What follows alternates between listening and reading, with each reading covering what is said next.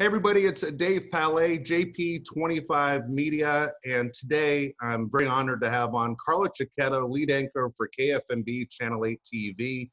And the reason I asked Carlo on was he kind of has a little bit of the same story I have, where he moved here from Los Angeles as a sports fan, now makes San Diego his home with his family and his kids. And Carlo, tell me if I'm wrong, but I take a lot of heat from this. People say all the time, you can't root for a Los Angeles team and root for a San Diego team. And I said, look, I lived in Los Angeles for 9 years, but I've lived in San Diego for 31 years. It's very easy for me to see good things happen to good people, a lot of good Padre fans. And when I say I root for the Padres to do well because I love sports and I love to see a rivalry between the Dodgers and the Padres. You yourself, you grew up as a Dodger fan, but San Diego is now your home. Do you find yourself in a situation where you hate the Padres or you cheer for the Padres? I don't hate the Padres at all, even a little. I cheer for how can you not love Fernando Tatis Jr., whoever your team is? But just that kind of excitement, that kind of player, and that kind of joy. I'm a very objective Padres supporter because I'm not as emotionally attached as other people. But the last couple of years, fans that I knew that have been lifelong fans, that have been lifelong fans are getting antsy. Let me mute that if I can. Let me close that window. That was that. Okay. Sorry, my email window is still up.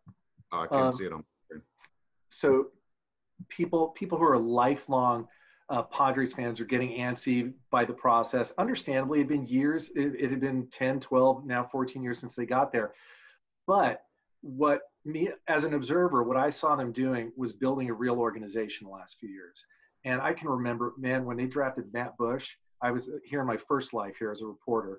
And nothing against Matt Bush. It's not him. It's the people who were on the table there to draft. It was so clearly about not wanting to spend on this major league ready player that it was insulting to fans to me. And it was also a clear sign that the organization wasn't serious at all about building an organization. And AJ Preller and then bringing in a guy like Logan White, I mean, they are committed to building a team for the fans and they should be thrilled. And it's fun to watch. It's fun for me to watch. This team right now, it's exciting. It's got a lot of the 88 Dodgers in them in that they've got that magic. And so right now, the Dodger side of me is like, uh-oh, because the Padres side, those come from behind wins, the grand slams, all that, that's kind of a magic thing. And the Dodgers are this machine, and they really are a machine. Their approach, everything, take plenty of pitches. They've built up the power arms in the bullpen, the whole thing. But they're almost clinical in a lot of ways, whereas this Padres team plays with an intensity and a joy that it's hard not to root for. I agree with you. It's almost like they have a lot of little kid in them, and as you said, when things start to fall your way over and over again. I mean, even the fact that they found Cronenworth only because Hosmer got hurt and had stomach issues, and all of a sudden you needed to stick him in the lineup. Otherwise, that was supposed to be Profar at second base, and you got a chance to see a kid that really never cooled down and might win Rookie of the Year. But so many things have gone their way, and they stepped up and they made a trade for Clevenger, which is big, and they brought in a catcher, a real catcher, that I think Padre fans not only have things all of a sudden sped up fast, extremely fast, where, in my opinion, these are the two best teams in baseball. The only disappointing about meeting is that they're meeting so early in the playoffs. Right, and you're 100% right. And they were a good team, and I thought they were on the good course, that they were going to make the playoffs. And I don't just mean the expanded playoffs, like they would have been a normal wild card team this year. And the trade deadline stuff that Preller pulled up, I mean, leveraging the Clevenger situation, because Clevenger, look, if that guy doesn't go off the rails and go and get COVID or exposed for it and alienate his teammates, he's not available. And Preller had the resources at his hands, and he made the move. What he did with that team at the trade deadline completely changed everything to where they are. If they're not, since the trade deadline, you could argue they're the equal of the Dodgers. Not quite in the record, but I don't think anybody's been close to those two. No, I'm with you. And it's funny you mentioned Preller. I was here when Preller got hired. I was doing local sports radio in the morning, and all the excitement of everything he brought. Well, it was very frustrating. The first year wasn't Preller-like, where they went out and tried to fix the problem in 1 year, where you made all these trades and you brought in guys like Matt Kemp and the Upton brothers and Kimbrel, and you're going, wait a second, what's happening? And then they gave up on that plan shortly into this first season. So it kind of set back the Padres years of where they could have been by going on and getting a bunch of guys that were short-term fixes. And then you're saying, well, this is probably the right guy. He's been through 6 managers already. And who believes in him outside of Ron Fowler? Is this going to work? They go out and they sign Manny Machado, which is a ton of money. And as a guy who watched him with the Dodgers, and he used the line about not hustling, and that's not his thing. Nobody wants to hear that as a sports fan going, I work really hard. Going, I'm doing 40, 50 hours a week in my job. Nobody's watching me on TV or offering me $300 million. You can't hustle to first base 4 times a game. Manny Machado looks like this year a different guy. The player number one that the Padres are going to pay for and the fans wanted to see. 2 is, I believe Fernando Tatis Jr. is the one that kind of upped his game of the guy to my left in the field is the guy that everybody is cheering for, makes a lot less than me, and plays the game for the love of the game, or at least it appears for the love of the game. Absolutely. There's a different kind of accountability that goes on when you're playing with somebody like that. And I think those 2 have lifted Will Myers. I think Myers was miscast as your number 1 or 2 main guy. I genuinely don't think his approach, it wasn't working for him. This year, you got everybody paying attention to Tatis and Machado and Cronenworth, and he just gets to do his thing. I really do think he's one of those guys who needs to be in a certain mental space to succeed in his role, and he's more than succeeding in it. And I don't think it's a coincidence that it comes after Machado and Fernando Tatis Jr. blew up. It's chemistry, man. It's, teams, you got to get guys in the right role, and they can lift each other. And it's absolutely the case, I think, with El Nino is just amazing. That kind of energy, what he brings, it's more than the sum of his parts, that's for sure. I always look at Fernando Tatis Jr. and say, if any of us could fulfill the dream of being a Major League Baseball player, we all would be him. We'd all think that we could play the game like him. Yeah, that feel like that. Diving around and getting the crowd excited and coming through in clutch situations, that in our dreams, that's who we all are. Yeah, and flip the bat. You crush that home run, flip it. It's postseason. I that's one of the baseball things I'm so tired with. It's like, have fun. If you're crushing it, have fun. It should be. It's a game, for goodness sake. Yeah, there's plenty of things I think about baseball that, some of the unwritten rules are good ones. That one I think is just silly. That's just silly. I'm with you. And I tell you what, I hope it's one of those things that is here to stay as far as the game changing, because I'm a high school baseball coach. These unwritten rules get crazy even in high school, and managers on the other side get upset. But I love to see the Caribbean World Series when you see the excitement of the fans and the constant screaming and the singing and the standing. And guys like Fernando Tatis bring a different energy. The sport, as much as I love it, is dying with the young sports fans. It's guys like him that bring the young sports fans back. Yeah, it's exciting. I mean, and Rizzo, he talked about, I don't know if you read that article he had a few years ago. He went down and played, I forget which league, in the Winter League, but just that joy. He had so much fun doing it. It's like, yeah, that's what it's supposed to be. It should be fun. And you're absolutely right. With young fans seeing that kind of energy, that kind of performer, it's going to bring more people in. One of the things I find interesting about the series with the Padres and Dodgers is Trent Grisham in center field. So last year, Trent Grisham was with the Brewers. Routine ground ball hit to him when they have the lead against the Nationals in the game to make it into the NLDS, and he boots it. And the Nationals end up rallying. They come back, they win the game. Brewers trade him to the Padres. And a lot of people saying he wouldn't be welcome back in Milwaukee after costing them the postseason. Well, he comes to San Diego. He's been a spark plug and a pleasant surprise. The Dodgers looked like they were starting to drag. And then all of a sudden, he hits that big home run off of Kershaw, throws the bat in there, does the whole thing where he stares at his teammates and gets the Dodgers, especially Dave Roberts, fired up. And it kind of gave the Dodgers a boost to finish out the season. So he's been a possibility of a guy that maybe pushes a team all the way to a championship. Last year with the Brewers, the Nationals don't get him without him. And this year, the Padres could ride with him, or he could help push the Dodgers, where the Dodgers look back and say, that moment right here in San Diego where he embarrassed our top pitcher, and Kershaw was fine with it. It was Dave Roberts and the rest of the team that were really upset about the lack of respect, that a guy like Trent Grisham could have a huge outcome on who becomes World Series champion in 2020. It's funny how the chip on the shoulder thing does work sometimes. But that being said, Grisham should have. Same thing. He lit up a Hall of Famer Yeah, of course, he should absolutely be celebrating that home run off Kershaw. It was huge. And the weird thing would be if that really was what turned the Dodgers back on. It's like, you guys make a lot of money. You know, this is a game. It's bizarre to me that they need that, but maybe they did need that kind of inspiration. But I'd rather have a guy like Grisham who's willing to do that than a guy who's afraid to do that. Do you know what I'm saying? Exactly. It's like, it's a big moment. If that's Yes. really what you felt, do it. Absolutely. No, I'm all for it. All right. So when I came here from LA to San Diego, went to high school in LA, came to San Diego State, I was surprised about the hatred towards Los Angeles sports teams. And the Lakers are kind of off the chart because there are a ton of Laker fans here in San Diego, but definitely towards the Dodgers. When I was here, the Raiders were still in LA, and there's so much hatred. But when I lived in LA, San Diego was never one of those where, man, we hate the Padres or we hate the Chargers. And it was so one-sided that I never understood the argument. When you came here, did you see the same thing? I still see the same thing. Once in a while, some guy on Twitter was talking about how he could never root for the Lakers. They're an LA team. I'm like, they do forget it. Yeah, just forget it. And it was weird for me because I was a lifelong Rams fan, and I still am. But as a kid, I loved the Chargers too. The similar team colors, both Southern California. I played football, Pee Wee football one year. I had John Jefferson's number. You know, they were like my secondary team. And I never had any, you know, I looked at the Padres. I'm like, Tony Gwynn's great. You know, there was never any antipathy. We hated the Giants and the Yankees, and still hate the Giants and the Yankees, and are irritated at Reds, understandably, because they've owned us in the last few postseasons. But it's a good rivalry. I love that they're having this intense rivalry now, but there's just not the hate towards San Diego. I never experienced it up there. Nobody up there.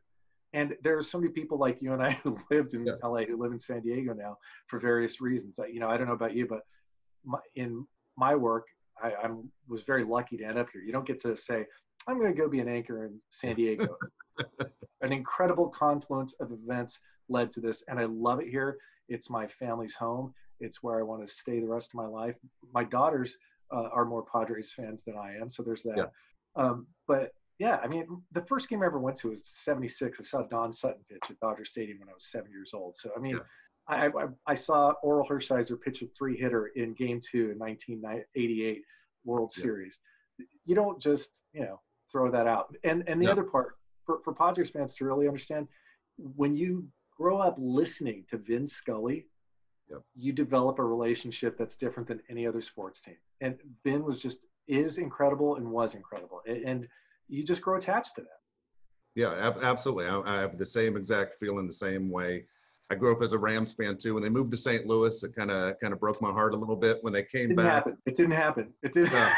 And it's funny now is, for me, when the Rams came back, I said to my son, I go, look, I think I'm going back into the Rams thing. That was my team, the Rams pajamas and everything else that I had as a kid. And I love that team, but they came back at first with that St. Louis Vegas gold color, not the Rams yellow. And I said, you got to get rid of it to make it feel like it's the old Rams. Like this is our team. So just checking out. And it's funny that, you're the news guy, but obviously you're a huge sports fan. So we're talking Rams, Lakers, Dodgers, and USC, of course. Huge Trojan fan, right? Okay. Can't go wrong as far as picking the teams that you follow. I want to ask you, as a news person, 2020 has been so unusual. And to me, it's been very eye-opening for people that I thought I knew personally as far as beliefs go. I just thought most people believe the direction I believe, but I've never seen such division in this country. It's very sad to me to see where we're at as Americans. As a person that reports the news, is this the most shocking year of your career? Yeah. I mean, there's nothing really to compare it to. A situation where, like I said, where you find out what their fundamental beliefs are and how they're moved and where they're willing to take that kind of opposition in regards to how they express themselves related to other Americans. It's not fun. It's not pleasant. I hope we get to a better place.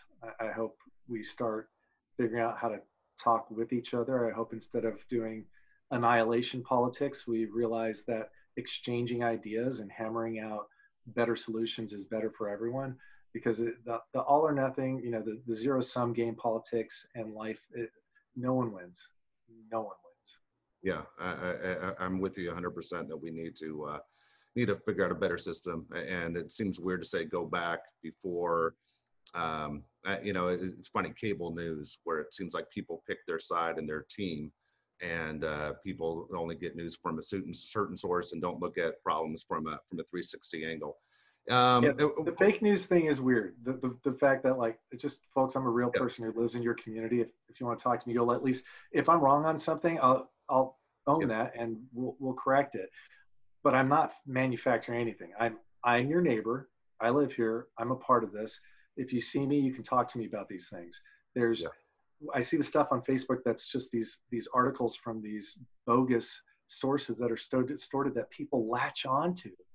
And that is sad and disturbing. And it's not just, us. I just wish people would just go to real news sources, and several of them, different viewpoints, but news sources, not opinion sources, not outrage sources, not little click things on Facebook, real news sources. And there are great ones in San Diego: iNews Source, Voice of San Diego, the Union Tribune, the TV news stations here do great work. It's just, it's disheartening to see how easy just fake stories on Facebook and other places just propagate. Absolutely. Before I let you go, you do great things with charity. We're obviously very big in charity as well, and helping people that obviously need help. Can you talk a little bit what you're interested in? It's right up the alley that my family has dealt with as well. Well, I mean, my big one that we talked about earlier, I'm actually a board member for Alzheimer's San Diego, and there are tens of thousands of people diagnosed with Alzheimer's in San Diego and other dementia. And then, of course, there's all the care partners and families that are taking care of them as well. And then there are people who are isolated and have it. And what Alzheimer's San Diego does is provide free services to San Diegans. It is a San Diego organization and provides, I want to say that again, free services. There's education, which is a huge thing. I don't know, when you went on your journey with your family member, how much you had to catch up on, what you needed to know and understand about dealing with somebody with dementia, and how do you communicate with them, and what are the frustrations you're going to run into, and what are the behaviors you're going to encounter, and to understand these things are normal in this process, and here are some ways to deal with them. Here's social services resources that we can direct you to. All sorts of services, great people here in San Diego. Again, the money stays here. It's a local organization. And that's, I am involved in several organizations like you. And my biggest thing in putting a lot of effort into them is I tend to put my effort towards organizations that are dollars in, services out, almost as clean as possible into San Diego immediately. Meaning there are a lot of great research-driven charities, et cetera. But my thing is looking at people who need relief now and today, and just support and making their lives a little bit better right now. And those are the organizations that I devote most of my time to. Absolutely. And again, our family went through the same thing. My mother-in-law battled Alzheimer's. My grandmother back in the day, when it seemed new to us in the late 80s, where we didn't understand. But I think not only for the person that's going through it, but especially for the family members that it's their first time around, because coming from my wife's family, which is a big family, we had people that just wanted to fix the situation, which wasn't the ability to get extremely frustrated with the person that was ill. And then the people that were saying, this is where we're at, let's try and hold on to what we have. And it was just almost like an in-house fighting among family members about what do we do the rest of the ride. So as you said, and that's why they educate. Yeah. And that's why, and for me, it was a weird journey for me. I didn't mention, I lost my father 5 years ago. He was diagnosed in 2008, I think 2008. No, a little before, I'm sorry. He was actually diagnosed in 2006. I apologize. It was a while before that. 2006, he was diagnosed. And the irony, and it really is irony, is that in 2002 in Waco, Texas, I got interested in helping out Alzheimer's, the Alzheimer's Association in Waco, Texas, to do their first memory walk there, because it just struck me how devastating this disease was and how hard it was on the people around the person dealing with the disease. And so I got to learn a lot about it. And could help some of my family in the early phases just understand what we're dealing with. So I having that, it didn't make it any easier emotionally, but it did help to communicate with my loved ones and talk about what's coming. Absolutely. Carlo, I can't thank you enough for the time. I really do appreciate it. Thank you so much. I know it's if I'm not mistaken, you have an off day today, so I really do appreciate it. But normally, again, you can catch Carlo Cecchetto right there on KFMB Channel 8, best in the business. I worked at KFMB, one of the best experiences of my life, and the guys that work there are extremely talented and very good at delivering the news. And thank you so much for your time. Pleasure for being on. Tell Jeff I said hi. Hope to Absolutely. talk to you again when things are normal. Maybe we could do like a Rams pod or something. Because We would love to. We'd I'll love talk to. to you. I'll talk All to you. right. Thank you, Carlo. Take care, bud.